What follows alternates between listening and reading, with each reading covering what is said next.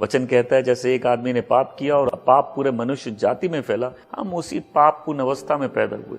हमने बचपन से कभी भी उस अदृश्य जीवन को या उस आत्मिक जगत को नहीं देखा, वो हमारे लिए अदृश्य है। परंतु जब एक व्यक्ति परमेश्वर के साथ चलने लगता है, जब एक व्यक्ति अपना जीवन परमेश्वर को देता है, वह उस अदृश्य दुनिया से वाकिफ रखने लगता है। वह अदृश्य दुनिया उसके लिए अब एक अनजान दुनिया नहीं, वो बिना देखे जानता है कि एक परमेश्वर है जो मुझे देख रहा है। आज आप इस मैसेज को सुन रहे हैं, आपका प्रार्थना करने का तरीका बिल्कुल बदल जाएगा। आपके प्रार्थना करने में आपका कॉन्फिडेंस बिल्कुल चेंज हो जाएगा। जब आप अकेले बैठकर उस परमेश्वर से दुआ करोगे, आप उस कॉन्फिडेंस के साथ करोगे कि मैं जिसको दुआ कर रहा हूं वो सही में देख रहा है। ये फिजिकल वर्ल्ड जिसमें हम जी रहे हैं, ये भी पूरे रूप से उस अनदेखे दुनिया द्वारा ही चलाई जाती है। मतलब आत्मिक जगत का पूरा प्रभाव इस शारीरिक जगत में है। इस शारीरिक जगत में जो कुछ होता है वो इसीलिए होता है कि पहले वो कहीं ना कहीं आत्मिक जगत में घटता है। प्रभु का वचन आज कहता है, प्रभु यीशु कहते हैं, जब तुम प्रार्थना करते हो तो एकांत में या अकेले में छुप कर दुनिया से अनदेखे गुप्त में उस गेट को बंद करके अपने पिता से दुआ करो, क्योंकि तुम्हारा पिता गुप्त में तुम्हें देखता है। आप उस पिता को नहीं देख सकते, वो आपको देखता है। और वचन कहता है तुमको वो उसका प्रतिफल देगा। बहुत से लोग जब प्रार्थना करते हैं वो प्रार्थना नहीं कर पाते, उनके अंदर कॉन्फिडेंस नहीं आता। बहुत से लोग अपने प्रार्थना के समय पे, अपने प्रार्थना के जीवन पे ध्यान नहीं देते। बहुत से लोगों का परमेश्वर के साथ रिश्ता नहीं है, क्योंकि कहीं ना कहीं हो सकता है क्योंकि सारी चीजें अनदेखी हैं, उनका कॉन्फिडेंस नहीं आता। लेकिन यहां प्रभु यीशु क्या कहते हैं? प्रभु यीशु कहते हैं तुम्हारे पिता से कुछ नहीं छुपता, तुम्हारा पिता सब कुछ देखता है, तुम्हारे पिता की नजरें सब जगह है।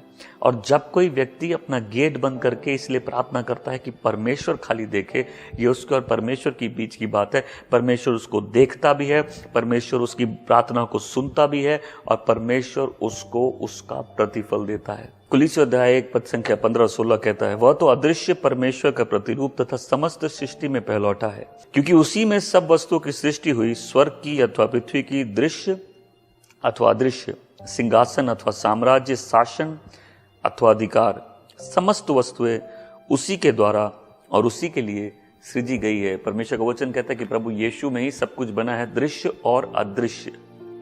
परमेश्वर का राज भी दिखता नहीं है, उसकी आशीष है, उसकी बरकत, उसकी प्रोटेक्शन दिखती नहीं है, वो महसूस की जाती है।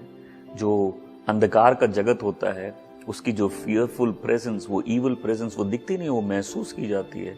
इसी प्रकार जब एक व्यक्ति प्रार्थना में बैठता है, परमेश्वर दिखता नहीं है, लेकिन परमेश्वर के साथ निरंतर चलने के कारण, उसके वचन को ठीक से जानने के कारण, वो बिन देखे उस परमेश्वर की चेतना में चलता है और उसका प्रार्थना जीवन में एक प्रभाव पड़ता है। मैं इब्रानियों की पुस्तक 11वें अध्याय पद संख्या 24 से 27 पढ़ता हूँ।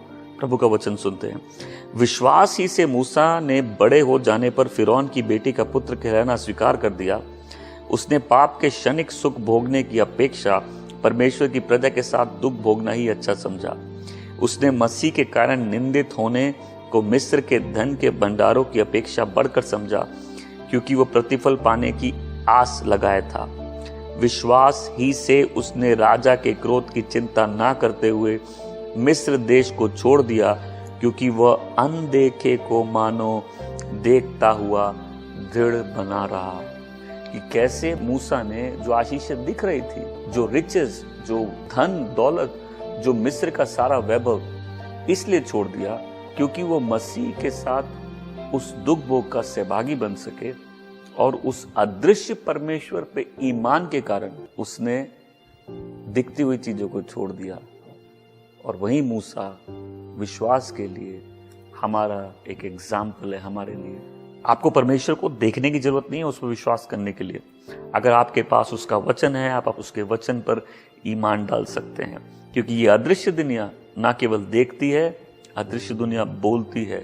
अदृश्य दुनिया गवाही देती है। एक दिन आपकी और मेरी जीवन की किताब खुल जाएगी और हमारे हर एक कर्म उस परमेश्वर के सामने प्रकट होंगे जिसको हमको अपने जीवन का हिसाब देना है। एक एक बात, एक फालतू बात जो हमने बोली है उसका भी हिसाब देखना। आपने बोले किसने देखा? उस परमेश्वर ने देखा जो सब कुछ देखता है और उसको कोई नहीं देख सकता।